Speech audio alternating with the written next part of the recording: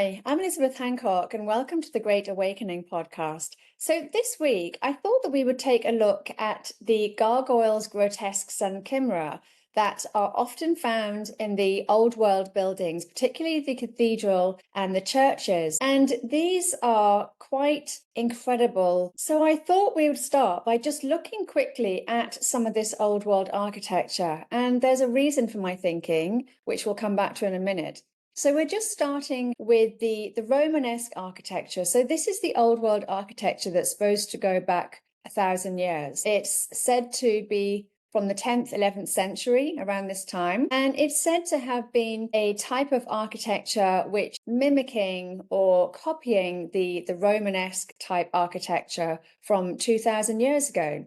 Of course, it could simply be the actual Roman architecture from 2,000 years ago, and the timelines have been altered in some way. And interestingly, Anatoly Fomenko does talk about the timelines being altered. He believes that at least 800 years has been added on to our history, and maybe even 1,000 years. And if that's the case, then this could indeed be Roman architecture. But in terms of this presentation, this is said to be 10th, 11th century. So here we have the Gothic architecture, and this is said to have been built in the 12th, 16th century. And if it was, then I really don't understand how people could have built these absolutely massive buildings with hammer and chisel, wooden ladders, horse and cart. How did they even transport the stone, let alone actually create these intricate designs? If you just look at the cathedral on the right, you can see the size of the people next to the cathedral. These buildings are possibly 10 times higher than them, which is just incredible. And look at the amazing turrets coming off the top. How would these have been built? It absolutely defies logic. And to understand that these were built apparently in the 12th, 16th century is incredible in itself. If we're moving on to the Baroque architecture, and these are supposed to have been built in the 17th, 18th century, which really isn't that long ago. It's only 200-300 years ago. And they really look as old as the first ones. And the first ones are supposed to be 1,000 years old. These also look as old or even as new, depending on how you look at them. They really don't seem to have any wear or tear. And the color of the bricks maybe has lost its shine in some way.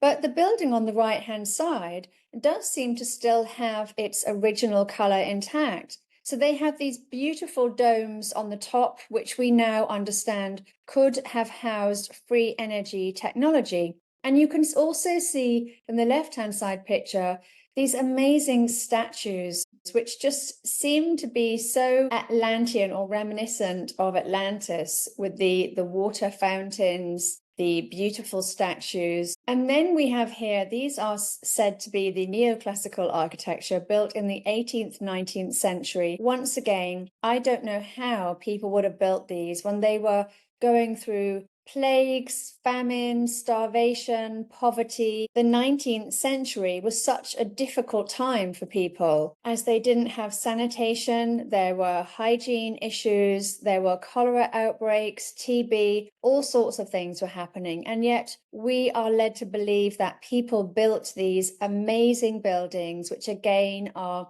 10, 20 times higher than the people that built them, using hammer and chisel, wooden ladders, and horse and cart. If you just look at the image on the far left-hand side, this is very Romanesque looking with these amazing columns. Again, how could they have built these huge columns and then putting the roof on top like that? It just, again, defies logic. And I absolutely don't understand why we are not allowed to question this narrative or these narratives. Again, do they look new or do they look old? Well, they don't look that old. Could these be thousands of years old? Could they be 1,000, 2,000 years old? I suppose it depends how they were built originally, and they do certainly have some antiquity to them. But if we think about these buildings actually being Atlantean buildings, they just don't look 10,000 years old. So again, this is insinuating or hinting that timelines have been altered in some way, time has been distorted.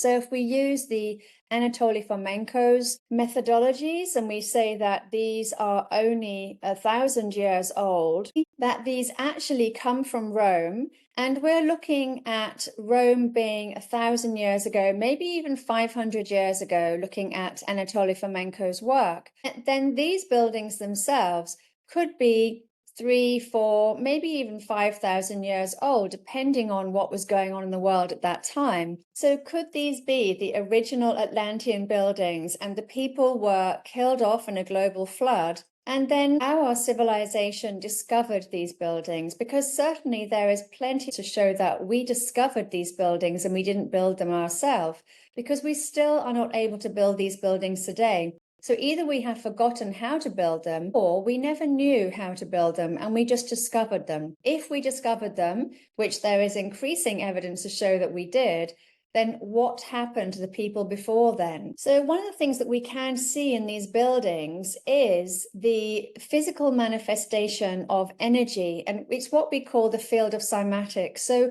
plates of sand have been left inside the cathedrals where these rose windows, as they're called today, where these cymatic patterns have been found. And these shapes of sand, they've actually formed the exact same shape as the rose windows, showing that the rose windows are actually showing us that this is the sound that this particular energy or frequency manifests into. So I find this very interesting because it's showing us that these sacred geometry shapes are actually appearing in the same building where the frequencies of these cymatic shapes exist. So then you have to ask yourself, is this how these buildings were built or created? Were they literally manifested into being using sound, the particular frequency that we can see in the rose window? Did consciousness or creator energy or nature create them? Did someone manifest them into being? Maybe a higher consciousness civilization than we are today? Were they maybe built in a higher dimension and then stapled into a lower dimension? Or were they even grown? Because there is plenty of evidence to show that we used to grow rocks in the past. So how does one grow a rock? Well, again, using a particular type of sound or frequency. We already know that we can use sound or frequency to levitate. So the blocks, the huge blocks that we see in the pyramids and in the Mayan temples, we can see that these could have been built using levitation. So whether or not these buildings could have been actually grown is another thing in itself. But look at this incredible architecture. And I think just looking at it and how uplifting and beautiful it is shows us that the civilization that built this was a massively uplifted civilization. They were definitely not people who were dying in plagues, cholera epidemics, with sanitation and hygiene problems. I would even say that they don't look like they're a warring civilization either, but there certainly is plenty of evidence to show that we've been warring continuously for at least 3,000 years, if not more like 10,000.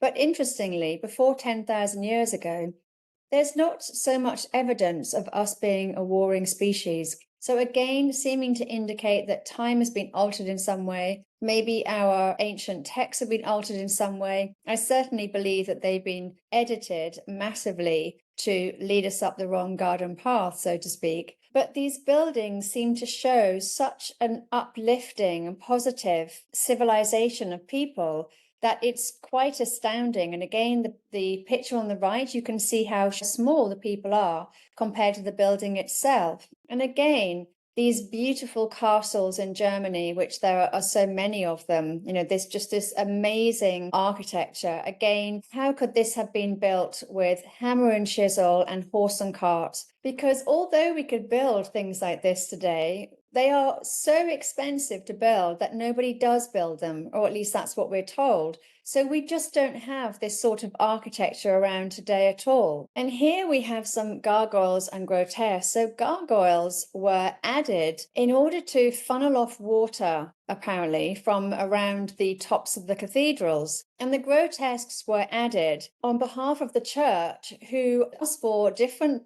pictures to be added that were taken from the Bible. Now, when you think about the Bible and you think about the stories inside it, I find it really bizarre to believe what we are being told here, that men of God, priests of these cathedrals and churches, would actually allow people to build and add these grotesque images to such beautiful architecture. And we really have to ask ourselves the question here, is this a sign of dark magic? Is this a sign that they were added to bring the vibration of the beautifully uplifting cathedral, which probably wasn't a cathedral, but it was a building of some sort? Was it used to bring the vibration down? Are we seeing more and more evidence here of a 5D world being brought down in vibration to a 3D world, which is where we are now? Because certainly I don't know any priests or men, women of God who would condone this type of grotesque thing to be added to a building. So we have to ask, which God do they serve? And I think we all know that the Catholics do not serve what we call God. They serve something a lot darker than that. And again, we really have to ask ourselves, who on earth allowed this to happen? What sort of man of God, people of God, would allow this to be put on these beautiful buildings, cathedrals that we see in front of us here? And the picture on the left, you can see this one looks almost real. And we'll look at some more images of other ones that look real as well. But this is just incredible. Could someone really have carved this? Because this could look like living flesh with something eating it. And, the mouth open in that way, obviously to drain the water. But again, what sort of mind would think of that? What sort of priest or man of God would sit there and think, oh yes, let's add an image of a man being eaten by a demon, or let's add another image of some horsewoman doing God knows what to someone. It's just so grotesque, which of course is why they're called grotesque. And amazingly, we are still adding them today. So the one on the far right, this is the Chapelle de Bethlehem. It's an alien. There's a couple of these. And they apparently were added to amuse the teenagers of the town. But again, why would a higher consciousness person or priest do that? And yes, we can absolutely believe their reasoning for why they would add this to the cathedral as a laugh, is basically what they're saying. But why would a higher consciousness person, or priest indeed, do something like that for a laugh? Is that really what they would do? And we see more of these gargoyles, grotesques here. We've got this very interesting monkey with wings, which is an interesting concept and one that reminds me of the Wizard of Oz, actually. And then you've got this one here, the far left, which again, it's just absolutely grotesque. Why would you add these to a beautiful building unless it was to lower the vibration in some way? And here we have Chichester Cathedral, which is actually said to be very old. It's said to have been built from 1075 to 1400 AD, and it was built in stages. You can see inside the cathedral that it's really quite beautiful. The architecture is very, very beautiful, very uplifting. It's got these same rose windows, the same sacred geometry running around the cathedral. And the reason that I pick out Chichester Cathedral is because I actually went to the cathedral school next door in the 1970s, 80s, and I can absolutely vouch that it was indeed a very low vibrational place. There was a lot of abuse going on within the cathedral, and certainly the teachers were very abusive individuals indeed. There was a lot of caning and the slipper, which you would get for even just talking after lights out. It was indeed a very, very dark place. And then the next slide, it's interesting to see that in 2002, these two grotesques, I'll call them, were added to the cathedral, Chichester Cathedral, and they actually were added over the door of the cathedral. So they look down on you as you enter into the cathedral. And what exactly does this mean? Is this showing us that these are the parasites who control the world? So what are these faces doing on this beautiful cathedral, which are attached to the cathedral school, which is a school for children, a boarding school for children? What are they doing there? And why do they look down on people who are walking into the cathedral itself? And having researched a lot about the British royal family, I would say that they are indeed part of the parasitic elites, the people who are currently said to be in control of the world, although I do think that their power is slipping. And they certainly, the European royal family, are certainly very dark people in themselves. There's a lot of gender swapping in between their different families. I suspect that there has been a lot of surrogate births, and supposed queens were probably men and men were probably women. And it's been very, very bizarre when you start to uncover all of this information. But it is showing us that, again, these are not people of God, what we would call God. They are not uplifting people or families. They obviously worship some sort of satanic entity. And in order to get power from this satanic entity, I would imagine that they have to sacrifice certain things to this entity. And one of those, as we know from the Bible, is the sacrifice of children. But another one could be the sacrifice of gender, as we see everywhere around us at the moment in this incredibly crazy world that we are living in. So again, here we have another cathedral. This is Canterbury Cathedral, established even earlier in 597 AD. And then there have been additions added in the 12th, 13th century. But again, you can see it's absolutely massive, absolutely huge. It's got these amazing turrets on the top with these metal spires, which is again another sign of free energy technology. And how could someone have built this in 600 AD? It again defies logic, or at least the logic of what we are taught in history class. Well, these are questions that need answering, and perfectly valid questions, I believe. Why does our history not make sense? Why are there so many unanswered questions? And why, when we ask questions, do we get labeled conspiracy theorists? So these were added in the 17th to the Canterbury Cathedral. And they're certainly not as grotesque as the earlier ones that we've seen,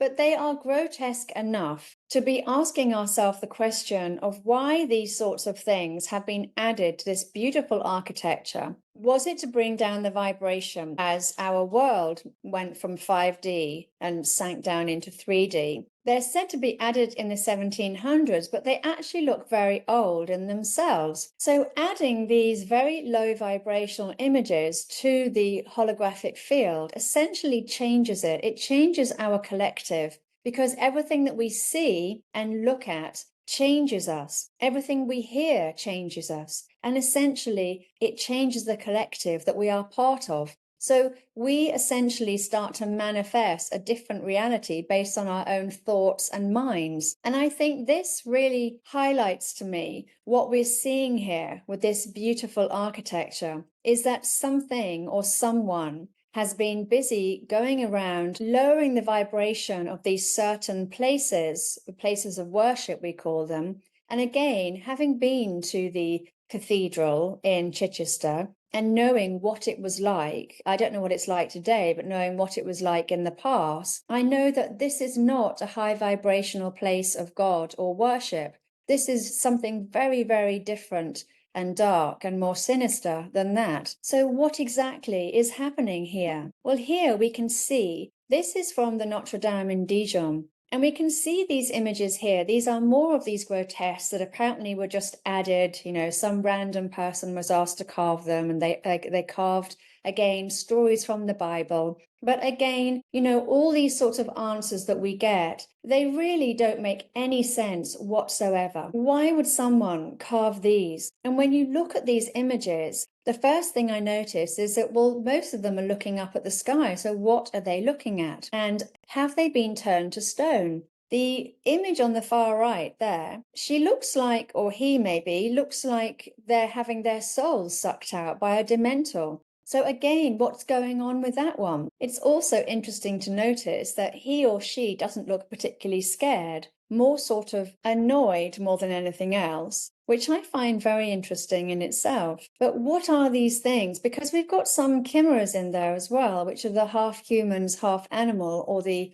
different types of animal all in one body. We've got here sort of like a humanoid looking goat and a humanoid looking something else, badger or dog or whatever it might be. And we seem to have some sort of a humanoid looking monkey of some sort. Again, very, very odd. Is this at the time when everything went insane in the world and the demons were let in some way? And they started to cause havoc. And because of that, God shut down the world, or the simulation, if you like, and shut everything down into stone or rock, which we could say is one dimension. So what are we looking at here? Are we looking at magic? Because magic and magicians, which interestingly, when you look at the word magic is actually contained in magnetic. And that's exactly what magic is. It's electromagnetic energy waves, and is how entities and beings can travel through electromagnetic energy waves. And indeed,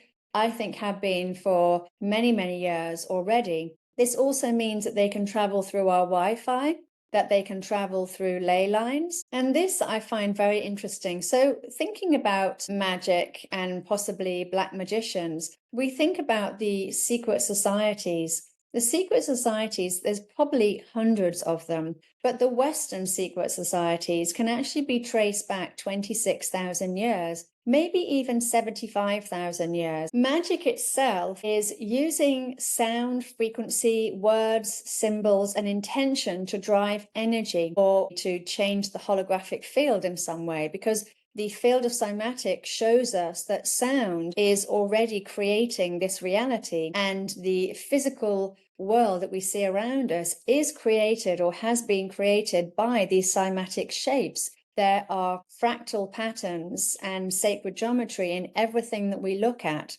So in a sense, the physical world that we see around us is the physical manifestation of frequency. So if it's already creating nature, could it also be used to create buildings and people as well? Well, maybe. And this is what we're calling magic that we don't truly understand, but I suspect it's some sort of advanced technology. It can be traced all the way back to Atlantis, maybe even Lemuria, and it has been passed down through the mystery schools of Egypt and Babylon. And it was given to the initiates and they passed it down.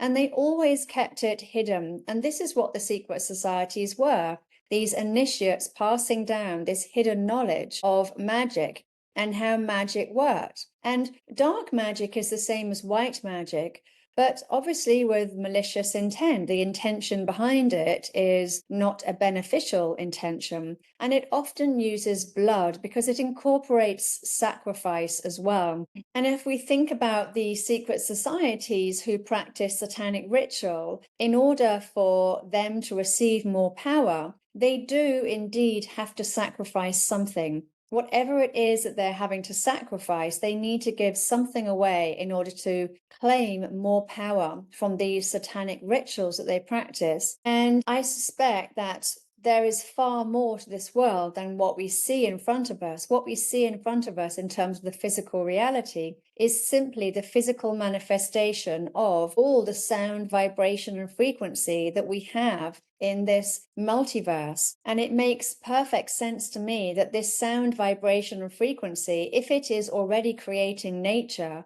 then it can easily create other things as well if we know how to do it. So it could have, in my opinion, created these buildings too. Being able to tap into and harness the sacred geometry of the holographic field in order to hack it essentially alters reality. And this is something that we already have around us. We can see this around us in the world today. And what we have to ask ourselves is, what happened to these amazing old world buildings? And why were these grotesques and gargoyles and chimera added to them? Was it for malevolent reasons or was it for benevolent reasons? And I think the only answer that we can give ourselves on that is it must have been malevolent reasons, because there is no way that you would put a grotesque on a supposed building of God or a beautifully uplifting building as the ones that we've seen in front of us. There would only be malevolent reasons for doing that.